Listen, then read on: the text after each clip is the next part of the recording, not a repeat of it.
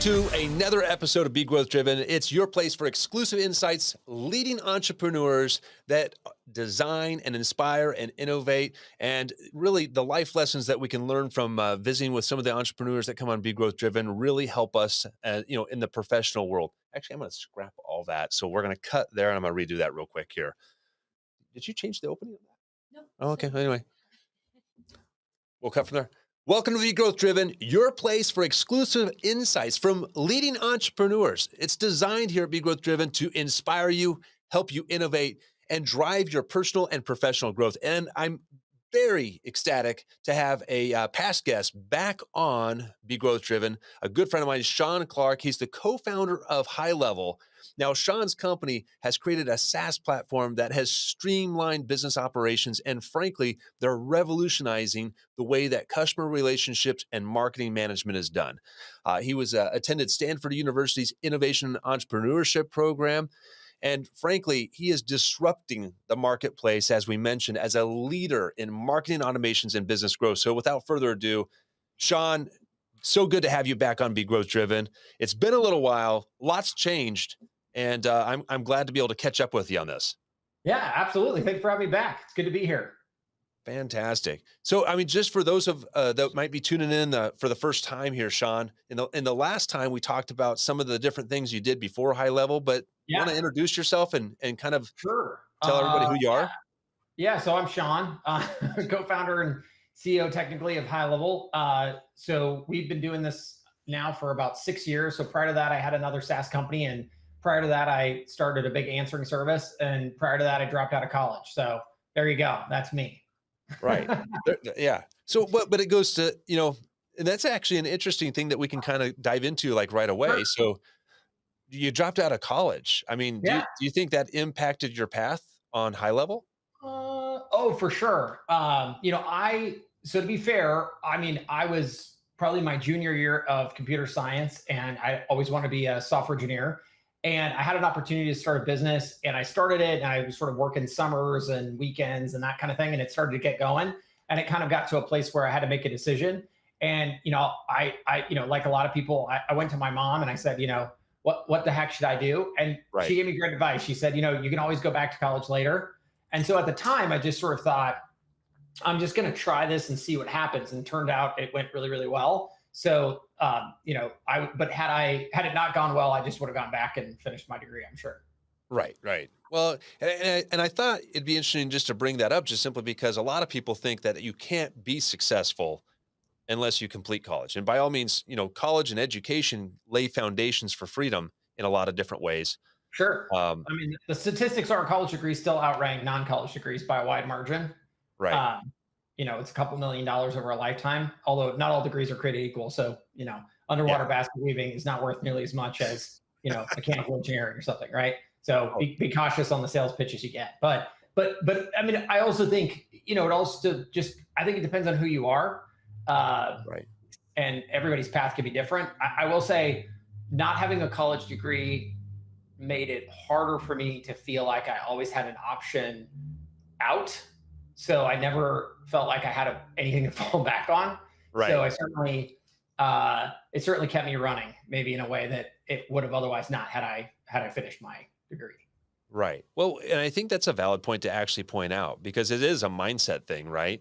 Because I'm right there with you. I don't have a college degree. And so I look at it as I have no other option but to be successful at what I'm putting my hand to. Totally.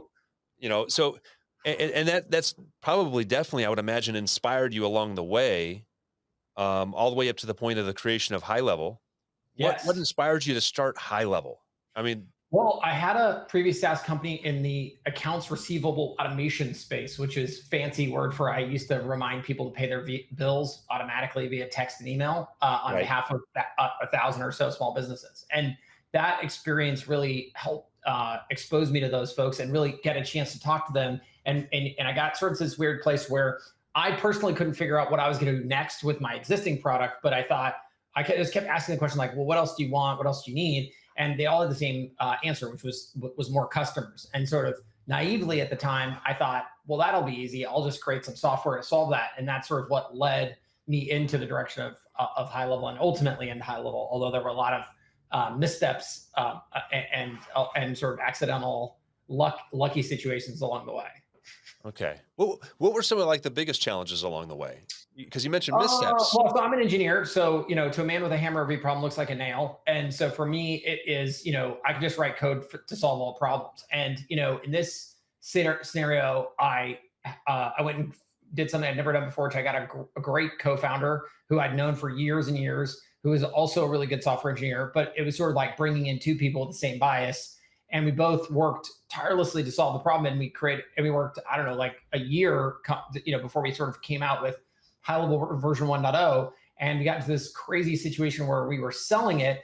People, in terms of selling, we were giving demos. People were saying, "Oh, this is amazing." They were buying, and then they were coming back 2 weeks later to cancel. And when we would say, "Well, what the heck is your problem?" they would say, "Oh, it's great, except we don't have the time to learn it," which, as two software engineers, is about the worst thing you could ever imagine hearing, because it doesn't comport to our reality, right? It's not like they were like, "Oh, this button's not there, this feature's not there." There's nothing we could solve sort of inherently out of the gate. It was just sort of like, "What do you mean?" And we even say like, "Well, I don't get it. Isn't this going to help you grow your business and make you more competitive and this and that?" And they would say yes, but then they would say they still don't have time. And so we were like, "What the heck are we going to do now?" So that was to me was an incredibly tough moment. Right. Well, and you guys have definitely, from the start that we've been with you guys, like going all the way back to early 2020, like the innovation and the speed for which you guys, make changes and how you Oh listen yeah. to your audience. I mean, it's truly inspiring. Like Oh, just, we crush it. Yeah, oh, we pride ourselves in being the absolute best and fastest development team on planet Earth when it comes to SMB software. right. And I would say we probably are. But I think going back to that tough moment, what happened uh, in that scenario is we got really lucky. We got a phone call from a marketing agency who really opened our eyes to the fact that if you wanted to help the small business, you really need to help the people who help the small business. And so for us, that was a really big turning point. And it's actually how we got to, meeting great people like you and working with you versus what we were doing before, which was really going to end us up in the trash bin of history. Right.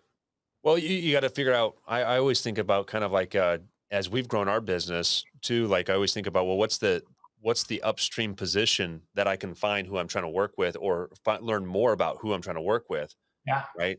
Because if you don't identify that, and we preach that to our customers too, because we want to sell more subscriptions, we want to sell more product or service or whatever the case may be.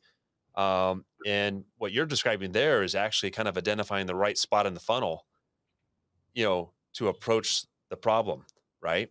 Yeah, we Uh, figured out by helping someone help someone else was actually the way for us to get into business, because everybody else was trying to help the person we were trying to help directly. So we were all sort of competing to do the same thing. But at the same time, those people were already overwhelmed with the technology they had, and what we saw, or what we discovered or were shown. I want to be very careful. I didn't think this myself, but someone pointed me in the right direction.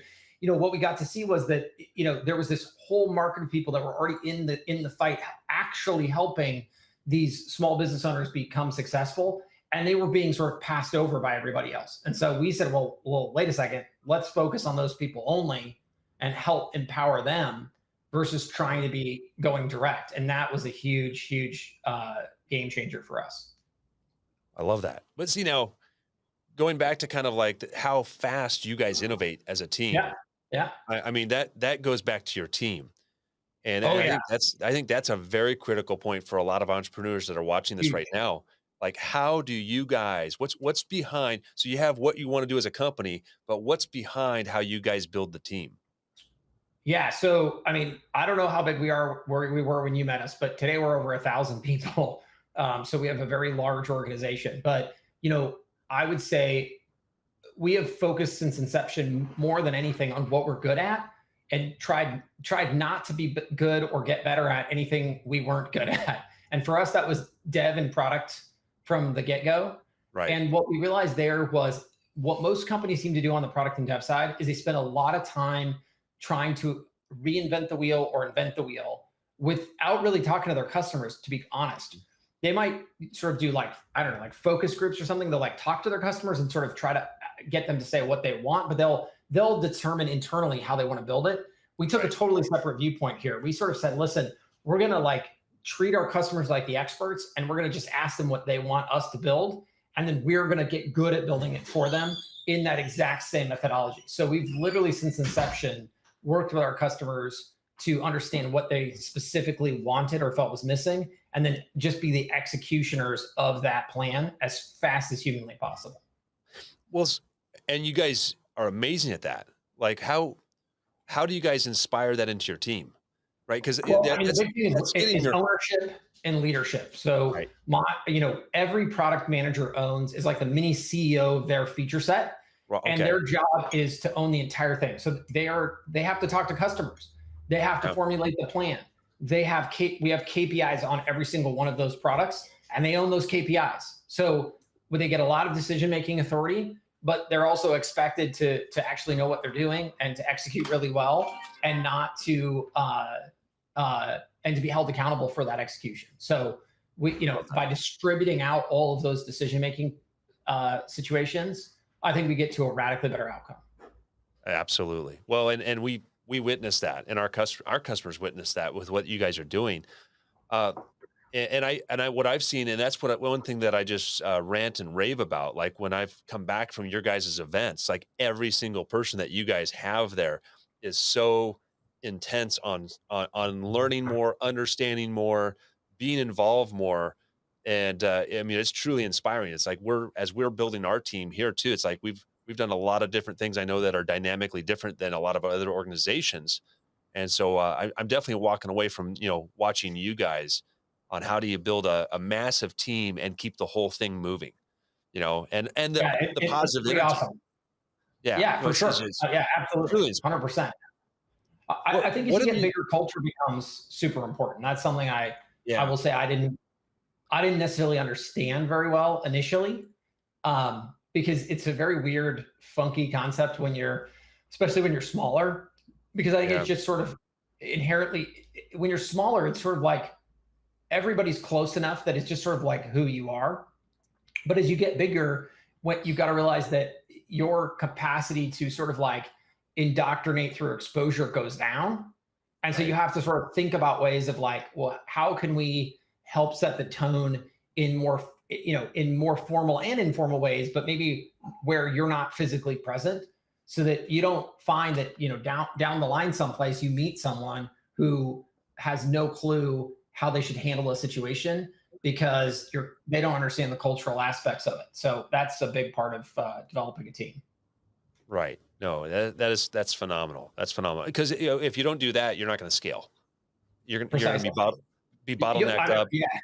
Yeah. You'll have a lot of people doing things that later on you're like, why in the world will they ever do such a thing? That's crazy. Right. It does. It's not in alignment with the mission or something like that. Exactly. Yeah. 100%. What would you say? Because you guys have grown and scaled 6 years, grown and scaled super fast. Yep. What are some of the something that you can share as far as like, what's one of the biggest setbacks that you had along that journey, and what did you learn from it? Sure. Yeah. So as you get bigger, I think there's a statement, I used to say this too, like, what got you here won't get you there. I don't think that's nearly as accurate as people like to throw around. I actually think that what got you here is probably what will get you there. So I sort of take it back to like, it's very rare that big corporations change the world. And I think it's because big corporations are really into maintaining status quo. And so as you grow, though, I think what happens is, you couldn't get sort of convinced. You either convince yourself or other people will say things to you, or however it comes about, that you're sort of thinking, well, okay, I kind of see, like, maybe I was an expert back there behind me, but now where I'm at today or where I want to go, I've never been there. Therefore, maybe I'm not prepared, or I'm missing a skill, or I need to do something differently. And for us, that was sort of like, oh, we need to hire some big time, hotshot people in certain areas. We need to have some really smoking good LinkedIn resume folks who, who we need to put in these C-level positions or whatever to really help us take it to the next level. And what we found was, while that is not all bad, it is very dangerous, because what you're really doing without knowing it is you are importing the culture and the playbooks and the baggage of all of the other organizations those people have been a part of. And no matter how big the names of those organizations are, if those organizations don't have the same mission or the same culture or the same ideas as you, you're importing a lot of stuff that's going to slow you down. And what's worse is you're importing it into your organization at the highest of levels. And so you've got someone who is going to then all of a sudden become a leader and have a team, and that is going to start to filter through your organization. And if you find that you've made a bad choice, that can be a very tough and sticky situation to get out of. So for us, that's a big mistake I made, which is not realizing again how important culture is, not just in your organization, but absolutely in the people you bring into your company. Right. I've always, what I've definitely found over the last year, something along the same lines is like, I'm not worried about if they have the skill, because that can be trained. But Yes. if they have the aptitude and the character that aligns with the team, like we're looking for the individuals that have that passion. And it's like Yes. once you have people that have the passion, like you can go through walls that are 10 foot thick. Totally agree. I like to say hire for the smile, because Yeah. you can't train the smile. You can't train people to be happy or to be excited or whatever. Right. But you can train them how to do. You can train them how to dig the hole or to build the machine or to turn the wrench or whatever. But you cannot train people to be happier people. And I think that is exactly the right way to look at it. Yeah. Kind of shifting gears a little bit on topic here. So like people, that's an important part. But the innovation part that we kind of touched on a little bit earlier, when you look at the marketing industry, because HighLevel is definitely it's a marketing tool Absolutely. to a high degree. When you look at the marketing industry and how it's evolving, Yeah. what steps is HighLevel taking to adapt to these ever growing, ever rapidly changing needs? Sure. Yeah. So, I mean, what we're finding is, AI is definitely the real.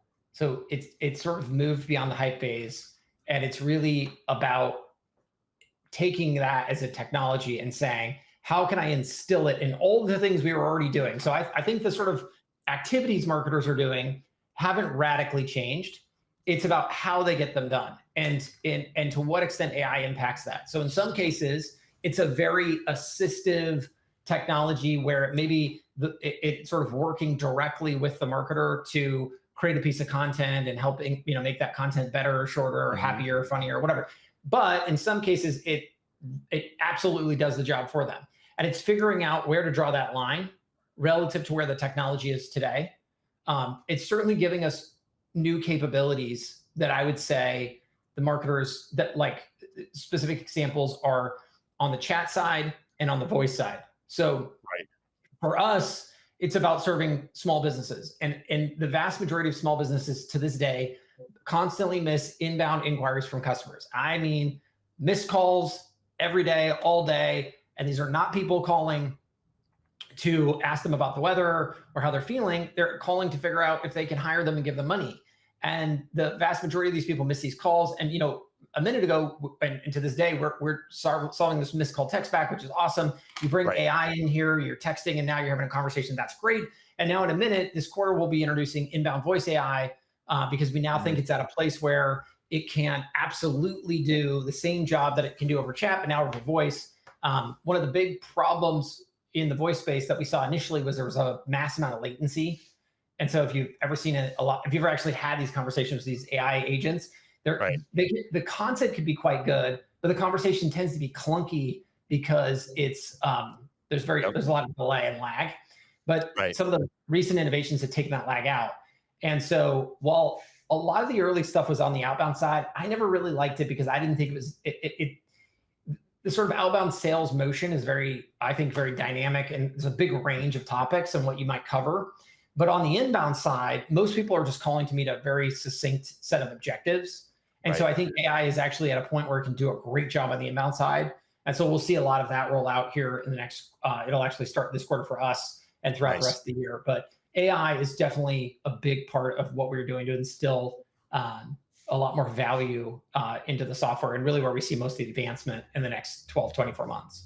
I'll definitely say I'm excited to hear that. So, because that's gonna be big for a lot of our customers. That's 100%. a big deal. What are some of the other big future goals that you guys have for high level Yeah. that you're able So to I share? mean, yeah, sure. So, I mean, I think that, I mean, for me, it's all about the model, right? So, like on the software side, there is give or take nothing we can't achieve.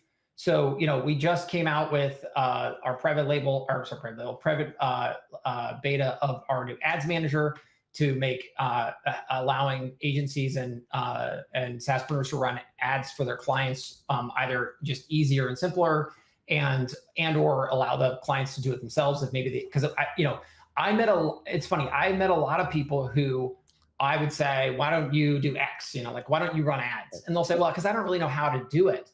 And so we realized, like, if we just simplify this, it's not that we're not trying to mess with people who say, like, I'm an ads expert.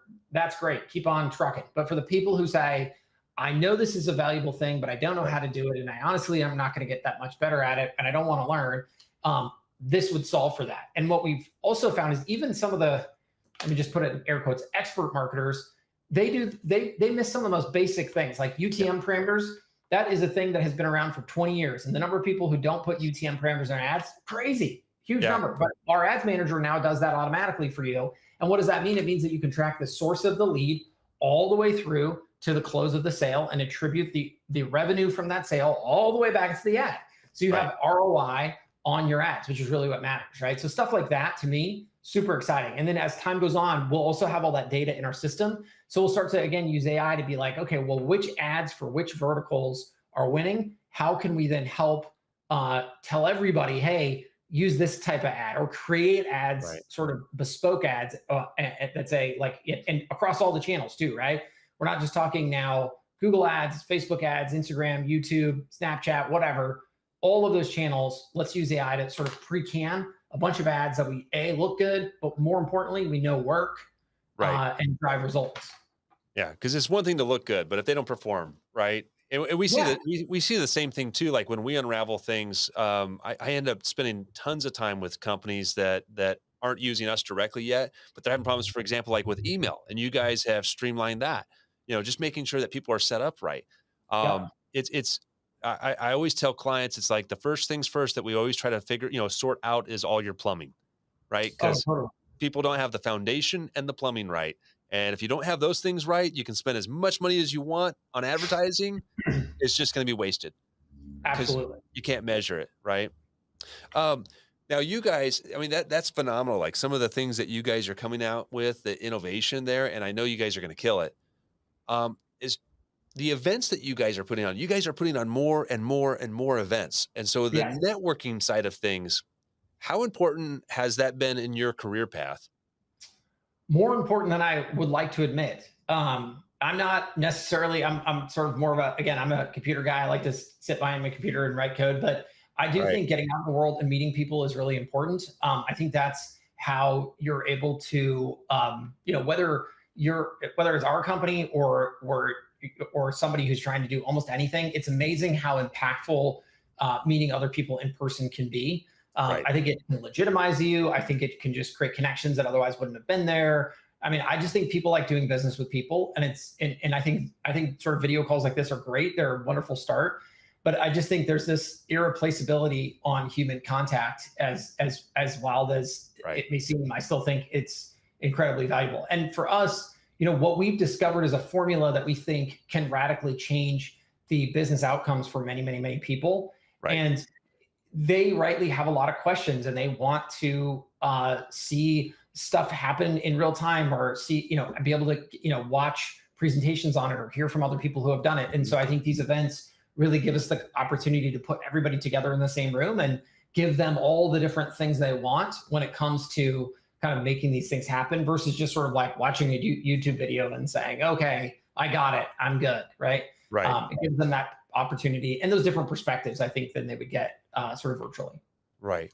What for entrepreneurs in this alignment, like with networking, what would you tell an entrepreneur like, you know, that's shy about the whole idea of networking? I Because mean, you it's guys are tough.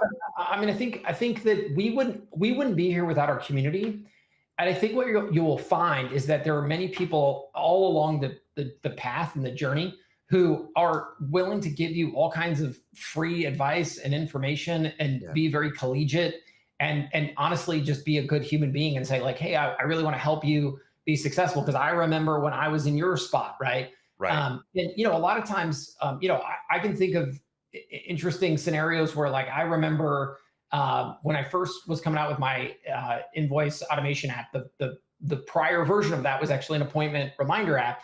And I went to a networking event, and there was somebody there I really had a high opinion of, and he tore my idea to shreds and said it was terrible and it had been done a million times, and I wouldn't be successful if I came out with it. It was a very heartbreaking situation. But what's funny about that is from all that heartbreak, I was able to pivot and create something that was really positive. But had I not gone to that networking event, I don't think I would have been successful. And then even after I changed my product, I actually then went out and I paid a couple of, in that case, bookkeepers to look at my product and give me their opinion on it. Right. And then going to a couple local networking events there to expose it to them. And either way, win or lose, like I learned something. Right. And I think that I think everyone would benefit from those sorts of things. I mean, I wouldn't, again, don't swing the pendulum too far. Don't all you Right. ever do is go to events. Don't be that guy. But Yeah. at the end Yeah. of the day, like, you should absolutely get out and talk to people, and you'll learn something. Just, find the right events, filter for the right people, right? Ask good questions. Ask, how big are you? How many customers you have? How much revenue you make? I mean, make sure you're talking to people who have, has some good experience to share. But I think there's huge benefits. Right. So really it's like if you have a product or service that you're trying to find out how the market's going to take it, you got to get out there and find out what the market wants. And you're not you're 100%. not going to you're not going to do that if you just stay in your own little shell. You'll develop a product that you're really passionate about, but no one else is. You That's know. right. Yeah, Is what- and most of the time, this is what I mean, high level wouldn't be here without tons and tons and tons of feedback. Right. That feedback loop happens virtually. It happens in person. And again, I think this is how you learn things. Like when you actually talk to the people you want to sell to, ultimately they're going to be the ones that tell you A, all the things that you've gotten wrong, and then B, all the things that the competitors have gotten wrong. And they'll say, oh gosh, I just wish this product or service worked like this. And that's your opening. That's your opportunity. Right. Figure out what others won't do. Right. Absolutely. And do it. Yeah. What Find those gaps in the market. And now kind of moving to you personally, Shaun, when you think about like what's contributed the most to your success in the way of daily habits, like what are daily habits that you'd say, hey, if you're an entrepreneur and you're trying to, these are things I found to be most successful to me. What would those things be? Well, for me, it's been talking to customers. So I talk to customers I mean, that is my number one priority every day. And is there a way, and I, a lot of times for me, it starts with like, I need help with this or I need help with that. Cool, great. Let me help you with that. Now that I've helped you with that, I want to learn more about you. I want to know what you're doing. I want to understand how we can help, like really trying to, and also mindset. Like I would say, I and my whole team approach it every day of like, how can we help this person be successful, right? Right. And we figure if we help other people, like if you're the person who's known for helping people become successful, that's not a bad reputation to have. And invariably, if you can help people make money, you'll probably do just fine. Like it Right. tends to be like, and so I think that if every day, if you sort of approach your mission that way, like my mission today is to help someone else become successful, you'll do really, really well. Just because that invariably that is what everyone wants. Everyone wants to be successful, and very few people hit up your door every day saying, hey, how's it going? I'm not here to ask for your time or for your money. I just want to give you some kind of success today. And I think I have some ideas on how to do that. And let me see what I can do to help you. And I think if you sort of do that over time, you'll do great. You'll get a great reputation. You'll Yeah. learn a lot, and you'll create a great service or a great product. Absolutely. So it's kind of really approaching the whole, a daily habit of how can you assist others, like be a help. Yeah. And that collaboration will come because a lot of people I think I've seen this with people too that we work with. It's like sometimes they get short-minded or short-sighted, right? And they're wanting to get their business kicked off, but they're not realizing they got to get out there and help others. And sometimes that Yeah. means you give away 80% of your time with no pay.